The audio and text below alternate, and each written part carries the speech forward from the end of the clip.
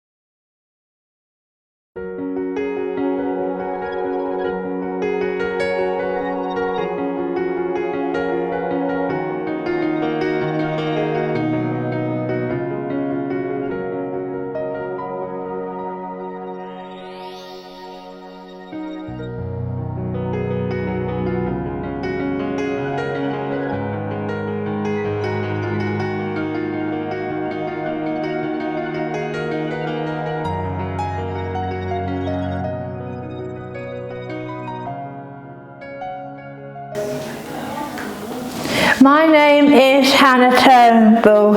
I work in the community group.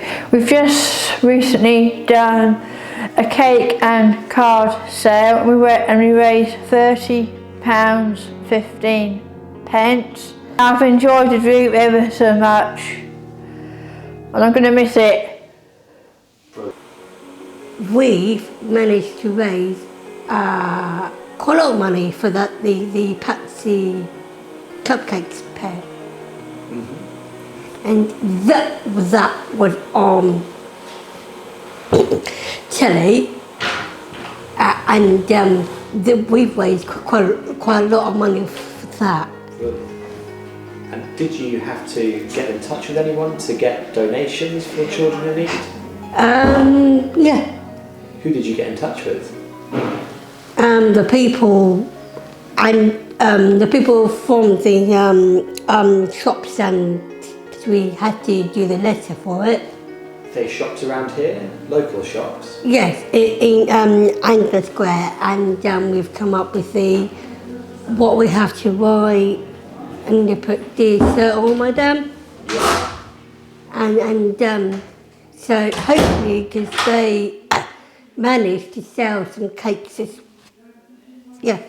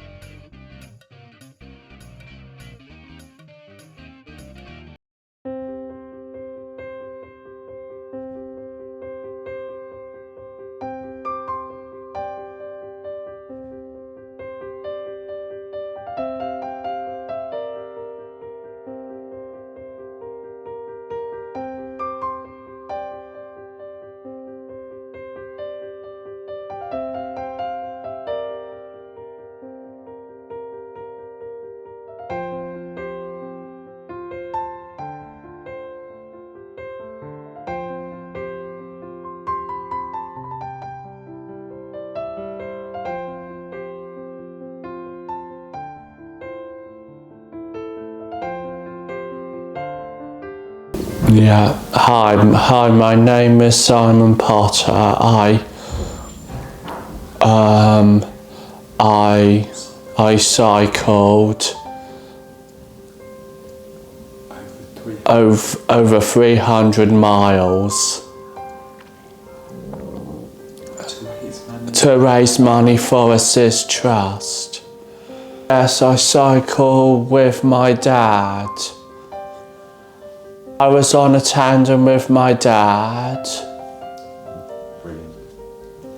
And how does it feel to raise money for Assist Trust and to cycle all those miles? I think yes, it was difficult. Does it feel good? Oh, I'm sorry. Yes, it feels good. Yes. Yeah. I was feeling not healthy, so I started to eat less food. I stopped eating snacks like chocolate bars. My key worker, Trudy, was supporting me to eating healthy lunch. Cooking grapes have helped me to eat better. I have lost a good amount of weight. I feel good. I am about of what I have done. I want to help people eat healthy. If I can do it, so can you. Hi everybody, I hope you're enjoying the annual general meeting so far and all the clips that you're seeing from the members and the staff. My name is Richard Ward, I'm the Chief Exec of Assist Trust, and I'm joined by Sue Gamble, the Chair of the Trustees. We're going to be just covering a few bits and pieces. We're going to start with a few reflections on the year that's been. Lots of acknowledgements and thank yous to everybody who's been supporting us and have worked so hard over this past year. Going to give a very brief update on the finances and where we stand now. Sue will be confirming the membership of the Board of Trustees for the year ahead, and we'll be looking ahead to the future as well. Just very briefly about the year that we've had. Obviously, we were saying at last year's AGM that we were hoping this one would be a live version, but unfortunately we're not quite at that stage yet. Here we are having to do another virtual one. But at least you get the chance to see lots of different contributions from the members and all the things that they're up to, so that's lovely. But just to echo what Leah was saying, for the year that we've had, it's been quite a mixed bag again, gradually getting back into normal services. And again, from me, another big thank you to the staff team for working so hard and being so creative and flexible with everything that was asked of them, and well done to all the members and their families for coping with everything. You know, it's been really remarkable to see. I'm going to hand over to Sue for some comments from her. Thank you, Richard. Hello from me and a warm welcome to our Assist Trust 2022 virtual AGM. And it's a real pleasure to be speaking to you all. The success of any organisation is its staff and members. And this year's success is because of our staff, their expertise, knowledge and skills. They have stepped up again in another challenging year. The Trust Board would like to thank all staff and volunteers. You have all been fabulous, and also to our members who have been flexible and trusted us.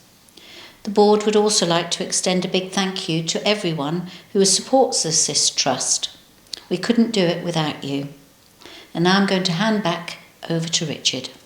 Yeah, as promised, just to cover some of the financial position of the Trust over this past year and where we are to this point.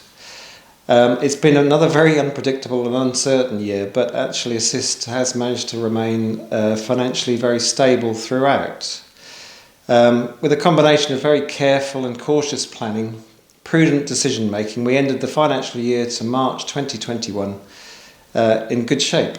The full accounts, I've got a copy of them here, which is quite a weighty tome, as you can see. I won't go into every detail, but the accounts generally show that our income at that point was just over £1 million. Our expenditure was just a little under. And at the same time, we managed to sustain good levels of reserves, which equated to about 4.5 months running costs. So far this year, we've managed a similar margin in both general accounts and reserve levels, thanks again to some very prudent and responsive decision making, as well as ongoing steady support from Norfolk County Council and many individuals, trusts and foundations who have stepped up in these difficult times.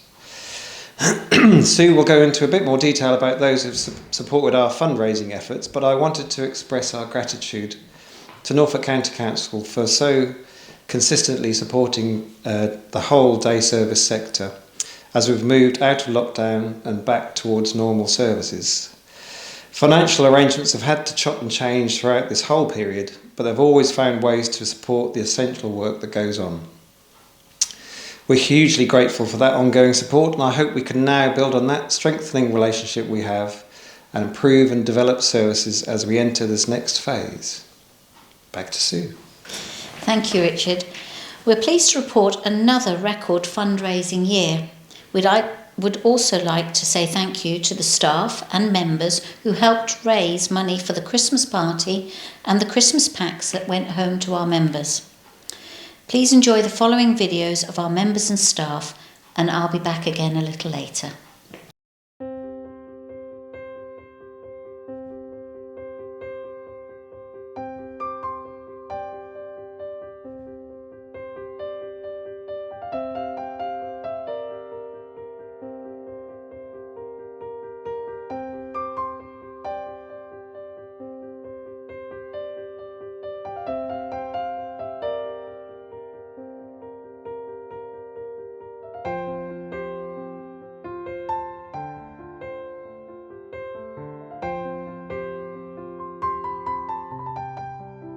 Hello, my name's Poppy. I work at the Assist Trust, and I'd like to talk a bit about how much I've had to learn in the last couple of years in regards using a computer.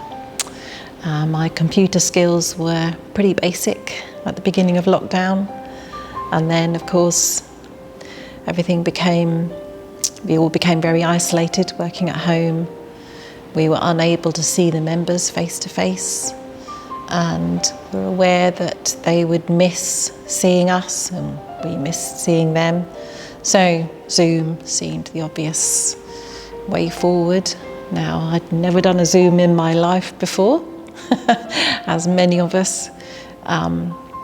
So we had to learn quickly.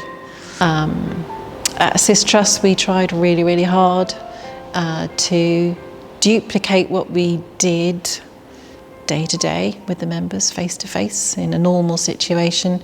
We tried very, very, very hard to do that on Zoom.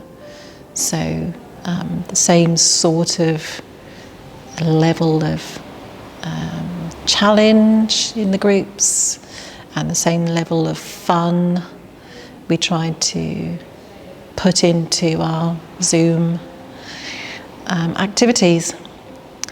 In the summer, we were nominated for the Norfolk Care Awards in the category of innovative use of digital, which was a big thrill for us. It's lovely to be recognised at all, and in some great company, some great work being done. And it was lovely, yes, to be nominated and recognised for all of our hard work in this area. Since coming back from lockdown, it's how wonderful it is to be back again. We continued with the completely digital record keeping, which obviously is necessary this day and age. For me personally, this has been a challenge, and it's not something that comes easy to me. So I've been on a personal journey, having to learn new skills that don't come easily to me has been a challenge. However, I'm proud of myself that I've achieved quite a lot in this area. So my name's Julie Harold and I'm the Employment and Travel Team Lead.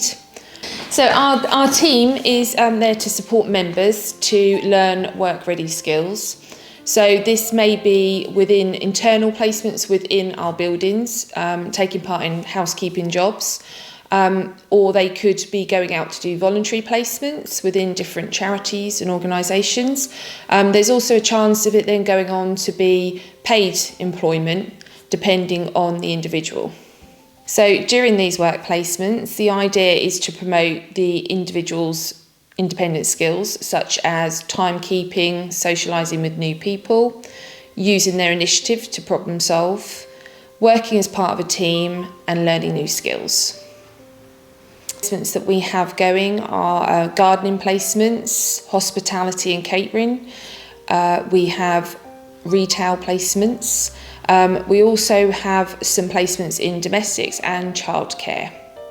So job coaching is 100% person-centred. So we work with the individual, we find out what they'll need support with, and we will then provide different support prompts for them. So it might be pictorial aids, easy read documents. So the idea is that we can encourage that person to be as independent at work as possible. Okay, so travel opportunities tend to develop from a member's interest in travelling independently. This may be that they want to be able to travel from home into Assist Trust and do the return journey, or they may just want to access local facilities such as shops and cafes with their friends. We also have some families approach us and carers wishing for their individual member to be able to do journeys more independently. Also, we if someone has a placement, a voluntary placement or a work placement, they will need to learn a route to go to their placement. So we also have to offer training around that. Initially, we will work with the individual and their family or their carers to find out what the individual's existing travel skills are. A file is then developed and produced, and it is based on us looking at risks, but being able to manage those risks while out in the community whilst promoting the individual's independence. We use a step-by-step travel training assessment, which was developed by an occupational therapist. And this is for us to be able to assess the individual as they travel, making sure that we're managing any risks, but whilst encouraging them to be as independent as possible. So travel training is 100% person-centred, so there is no deadline, no one is expected to learn a route within so many days or weeks. It is completely 100% person-centred, so it just depends on the individual how long they take to learn a route. So during this time we will monitor them each time, so we will go on a one-to-one basis with that individual to monitor their journey and to assess how they're getting on. If if there's any issues, we will address those issues with the individual, looking to improve their route the following journey, and we keep a close eye on exactly how they are getting on with their travel. So in addition to the travel training, if we find that someone is struggling with learning their journey, we can also provide person-centred travel aids, such as members' cards, pictorial aids, video aids, to help the member remember their journey and also to help them overcome any obstacles that they may find.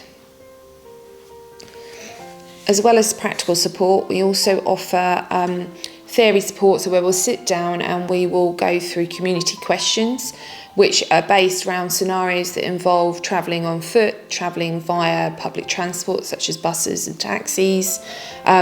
We also look at travelling safely during COVID. We go through these different scenarios with the individuals. This can be through discussion, this can be through practical exercises, going out and actually coming across different scenarios. We also can use videos and pictorial aids as well. By us providing travel training, it's promoting independence with our members, which is our main aim, and it means that the member can then access their work placements, voluntary placements, out in their community, and also be able to attend events with family and friends. Hi, I'm Andrew. I'd like to tell you about my work placement and how my travel skills have been getting on. Well, I get the bus from Tombland and I walk down to the next bus stop from there. I always check the road, make sure it's all clear. Brilliant. So Andrew, have you always caught the bus from Tombland, or is that a new... That's a new route for me. Okay, and how did you find learning a new route to the bus that you need to catch? It was a bit tricky at the time, but once I got the hang of it, I was okay. What things were difficult about learning a new route? Well, trying to figure out where the bus stop was. I got St Francis Church, and I cleaned the church for them. Brilliant. So what things do you do as part of that job? I hoover the church, dust the church, and just get a bit of a clean over. Do you enjoy it? I really enjoy it. Yeah, congratulations, Nicole, on being signed off. What have you been signed off for? The milk job. What does that involve? Going to Iceland every Thursday and getting the milk and then come back. When you go. Come up to see Tony to get the money. Excellent. And then go to Iceland, get the milk and then come back. Excellent. You have to look at the roads and then down a little lanes as you're walking up to Iceland. Fantastic. And do you do that on your own, or does someone go with you? I do it on my own. Does that make you feel that you've been signed off to do that job completely independently now? Yeah, really good.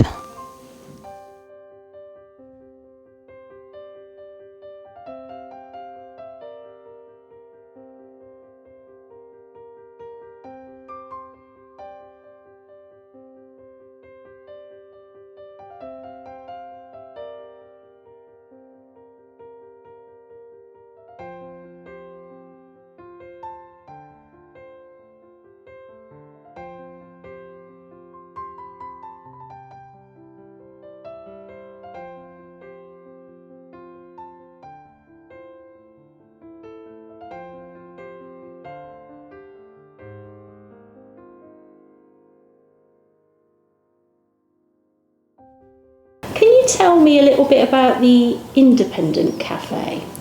So basically we get travelled up to the cafe by one of the travel and employment team, and then after they think we've done okay, they'll then pass us off on the buses, and then I basically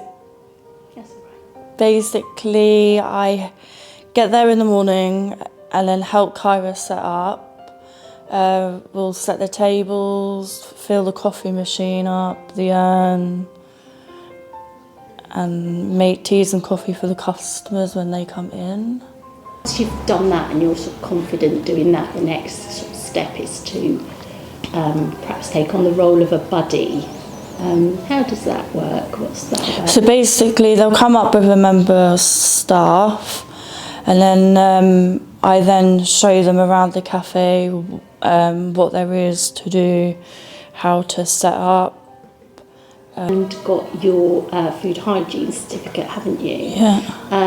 So what actually made you want to get that, or how did you find out about that sort of thing? Well, I did speak to Kyra or Shelley, I think it was, and then they said that I'd be good at doing it. So then I spoke to Tony about it, so she booked it online, and then I had a couple of sessions with 2 members of staff, and then I'd done the rest at home. And then on my last one, I passed it 7 attempts. So you had 7 goes, and you yeah, the last didn't give part, up. no, I Goodness. didn't give up. So was it really difficult, or? It was and it wasn't. For the last bit, I literally took notes, and the ones that I got incorrect, I then wrote down the correct ones and then done it that way. Perseverance, isn't it? Absolutely. Yeah. Excellent. So what are your hopes for the future, would you say? Is to be looking for paid work at a cafe. Where do you work at the moment? At Downey's. Me and Stuart work at Downey's, I meant to say. And sorry, you were just about to say, what sort of work do you do there? We plant plants in some pots with compost in it. We've been doing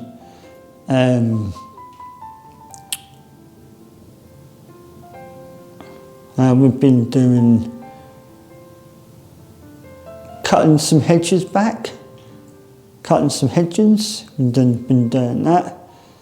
Feeding the fish, because he's got some fish. Is it? Where are the fish? Outside. Is it lovely? We've been doing some watering the plants. We've been doing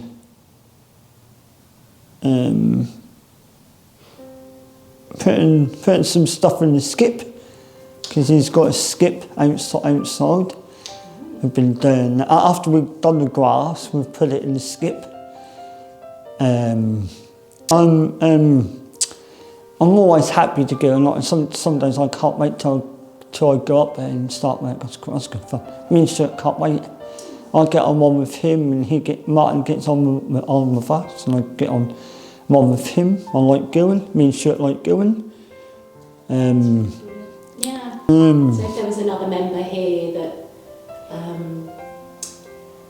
was going to think about getting a volunteer placement, what would you say? What bit of advice? I'd just tell him to go for it. Well, my name is Karen Cadell. I'm the Training and Development Manager at Doughty's in Norwich. It's housing, independent living for the elderly. All three, Stuart, Wayne and Emma, started work here. It's proven to, they've been here quite a while now, it's proven to work extremely well. The relationship, the working relationship they have with our residents is very good. The age gap definitely does work. And it's just a nice working relationship. They are all so positive when they come to work, so very keen. And they're just so pleased with everything they do. It is an absolute pleasure to have them here. It really is, I can't say it enough. They're set a task to do, like when Martin works very closely with Stuart and Wayne, and they have the task of like mowing the grass, and obviously we have awards for our gardens, so they do like to be done properly, and they do them very, very well, supervised with Martin. But the pleasure they take in what they've achieved at the end, and when they come into the office and want to show you what they've done, is just amazing, absolutely amazing. And I have to say, you can be in the most awful mood yourself for whatever reason. Stuart, Wayne or Emma will come into the office and you are guaranteed within 5 minutes you will be in a happy mood. We treat them as part of our team. They have their uniform supplied, whatever they want. They are treated as part of the team, and we wouldn't be without them, to be honest. So, what's your name? Rosie Hickey. I moved out in October 2021.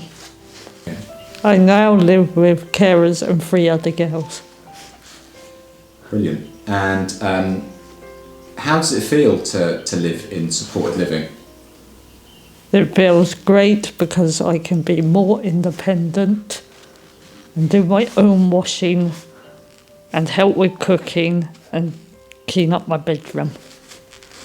What's your favourite thing to cook? I cooked a Spanish omelette yesterday. Lovely. Was it tasty? Yeah. And what have you learnt since living in supported living? How to do my own washing and separate the lights from the darks. I'm enjoying the members' contributions to our AGM, and I hope you are too.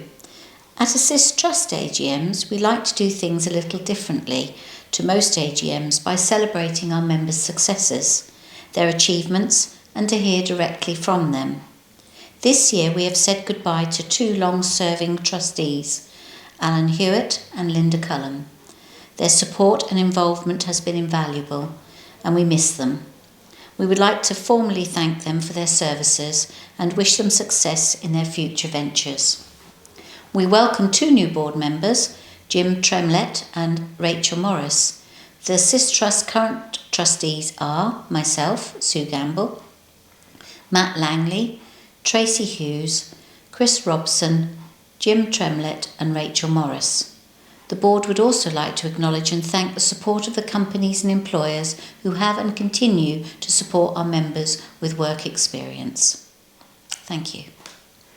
Thank you, Sue. Just to round off our contributions, I wanted to talk briefly about the future. It has been a very challenging year again, but there are plenty of reasons to be positive about the future. We have lots of wonderful staff at Assist, and we're determined to keep improving services for the members who attend. Work with Norfolk County Council has continued, and we hope to support many more people into work placements as a result, as Julie was telling us. Our housing plans are moving on very well, with our new housing advisor Michelle in post, and she's already been helping members and their families to realise their housing dreams.